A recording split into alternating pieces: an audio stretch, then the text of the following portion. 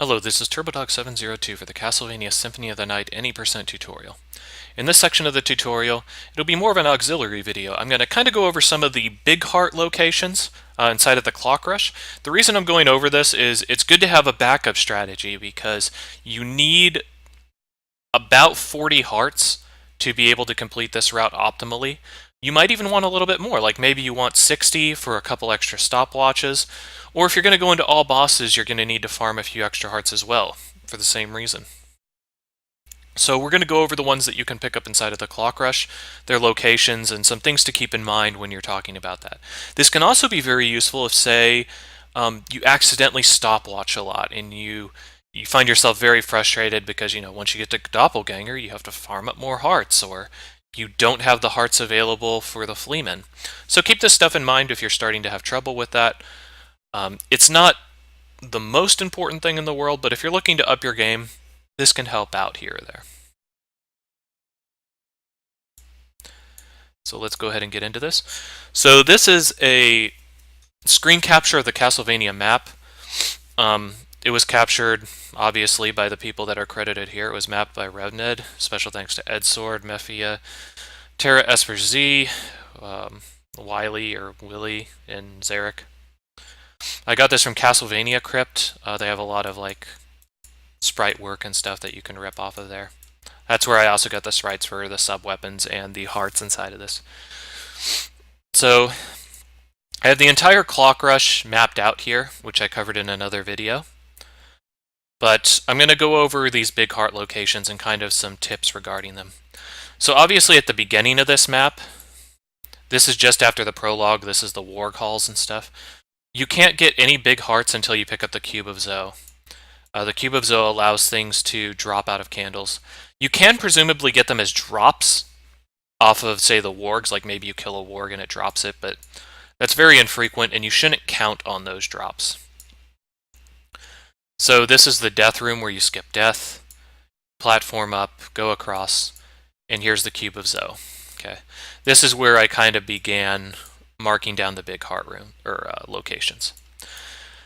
So you can continue on through this room, going across, jumping over this, past the leather shield candle, jumping up this way and across. This is your first thing to keep in mind as a dagger. This dagger can be picked up to turn a later dagger into a big heart as an option. So this is definitely something to keep in mind, and usually you want to pick this up. So you continue up this way.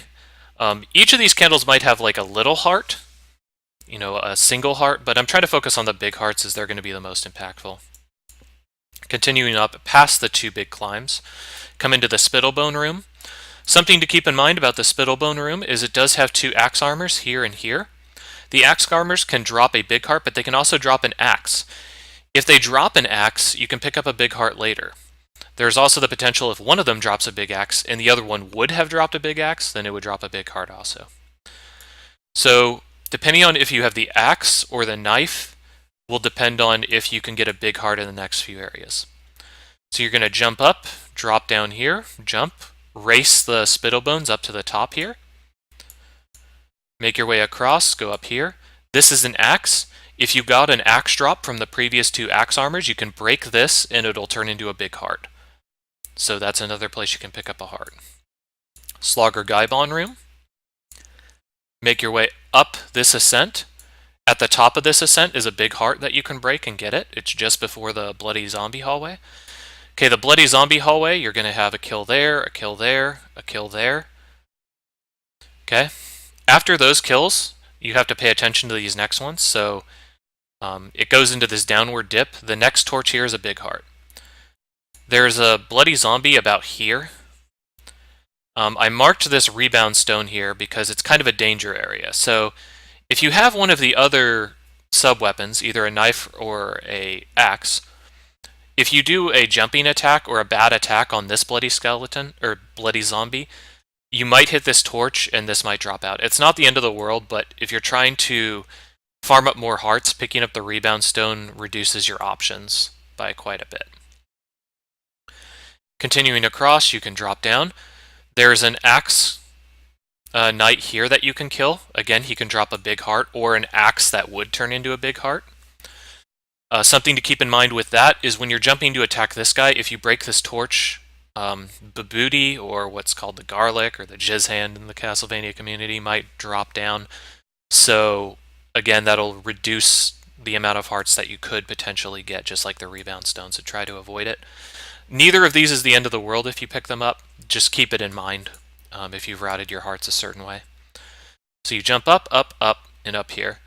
So this is kind of like a clutch one, but I figured I'd mention it. If you have the axe, you can throw an axe for 4 hearts as you're jumping up here, and it'll break this torch, and this torch has a big heart, and it'll drop down on you.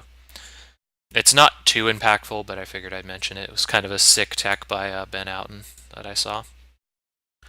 So you go inside of this door and go into the Marble Gallery. Going in the Marble Gallery, there's 3 axe armors here. Again, each of them can drop a big heart or an axe. At the far end, there's a big heart here. The second candle has a big heart here.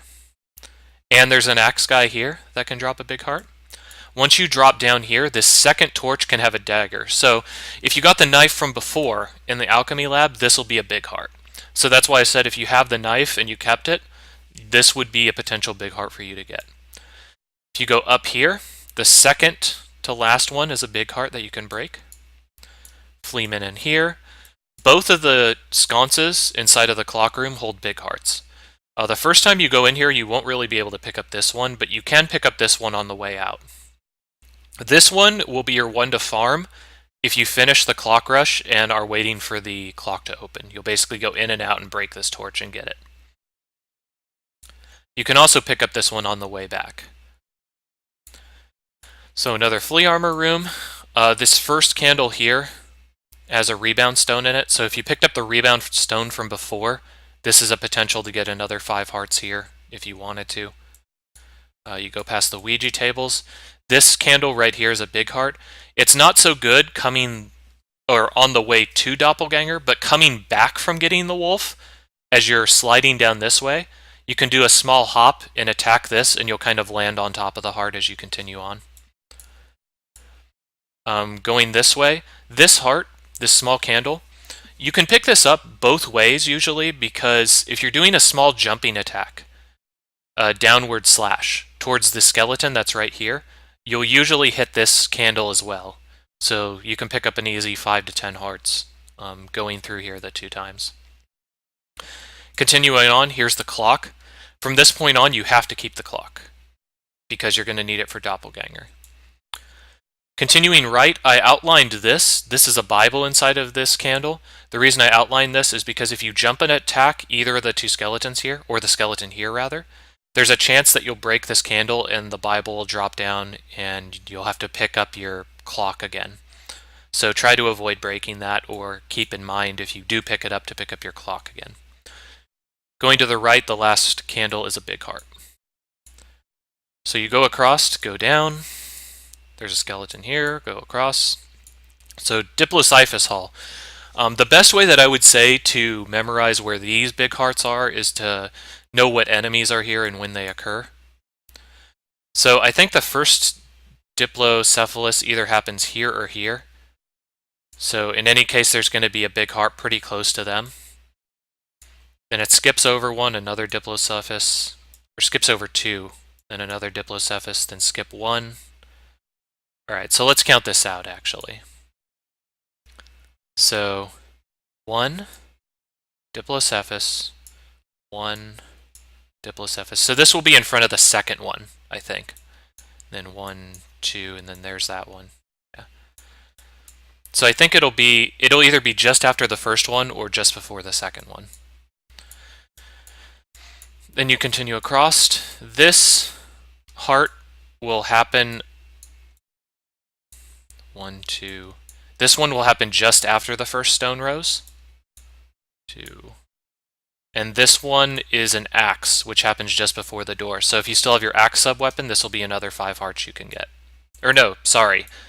You won't have your axe. So don't break this. Don't break this one. Or otherwise you're going to have to pick up your clock again. So continuing on, you have your loading area. Continue up, cross. Keep in mind that if you decide to kill these axe guys, which is a possibility, They could drop axes, so be cognizant of that and don't forget your stopwatch. Go across. Now, here's the main farming area. If you accidentally used your stopwatch too many times, or if you didn't pick up the 20 hearts, this is where you would farm the 20 for Doppelganger. You would basically go in this room, break this, pick up the heart, go back down and out, and then in again, until you had 20. Or sorry, until you had 10. So let's say you had 0, you would go in, break, grab, then out. Then in, break, grab, out. The reason you would stop at 10 is because at 10, you could go in, break that one, jump across, break that one, and that would give you your other 10. Requires 20 you to use the stopwatch. Continue over here, kill Doppelganger using 20 hearts. Go across, make your way up, up, up, up, up, up, up, up. Next to the Sword Lord is a sconce that has a big heart if you want to pick up that one. And you hit down the elevator, make your way down. At that point, you're making your way back with the wolf.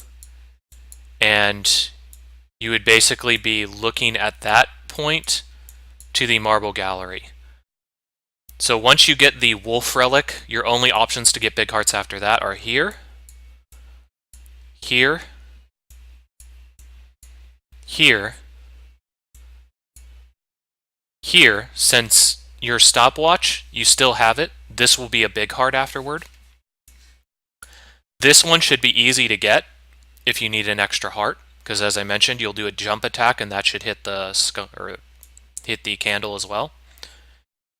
Continue down here. If you still need an extra heart, there's this one here that I mentioned. You can do a small hop, attack it, and it'll land here, and you just pick it up. Continue across. You have one final big heart, which is right here. So if this clock is open, all you can do here is pick up this heart and continue on. If you have plenty of time, you could always pick up another heart here and then re-enter and jump up there as well. If this is closed, then you farm on this big heart. You break it, pick it up, go out, come back in. And you can do that for as much as you want. Now, the reason I said that you might be able to break this and come back out is the second use of the stopwatch. The reason you need 40 is inside the long library. It's inside a long hall with some Durons and flea armors. It is a very brutal room. You can easily lose about 5 to 8 seconds if you don't have a stopwatch. So if you only need like another 5 hearts or so, this is definitely worthwhile to pick this up. Just to go out, come back in, pick it up, and then reset the room so you can dive kick on it. With that in mind, if you're pushing it, like if you're right at the edge of your sub 9, just get inside the clock. Because if that closes, you're waiting an entire minute as opposed to saving 8 seconds. So that does it for all the big hearts that are inside the, or on the way to the clock, or on the way in the clock rush. As I mentioned, you need 40, 20 for Doppelganger, 20 for a room inside of the long library that's mentioned inside of the tutorial. There is the option to use the stopwatch in other areas. For example, the Imp room, which is in the reverse chapel. A lot of beginners find it very easy to use a clock in that area to be able to save themselves if they mess up or if things get kind of difficult. This stuff is pretty easy to deal with. Doppelganger, I would say, is the only necessary clock usage. You could beat him without it, but you're going to lose enough time, and it's not like you're too deep in the run anyway, so definitely recommend you get that one. The other ones, not so much of an issue. But that'll do it for my discussion of hearts, or big hearts rather, and big heart options inside of the Clock Rush. Hopefully it's been helpful for you. Hopefully it'll clean up your play if you're having issues picking up your 40 hearts. This is TurboDog702 for the Castlevania Symphony of the Night Any% tutorial.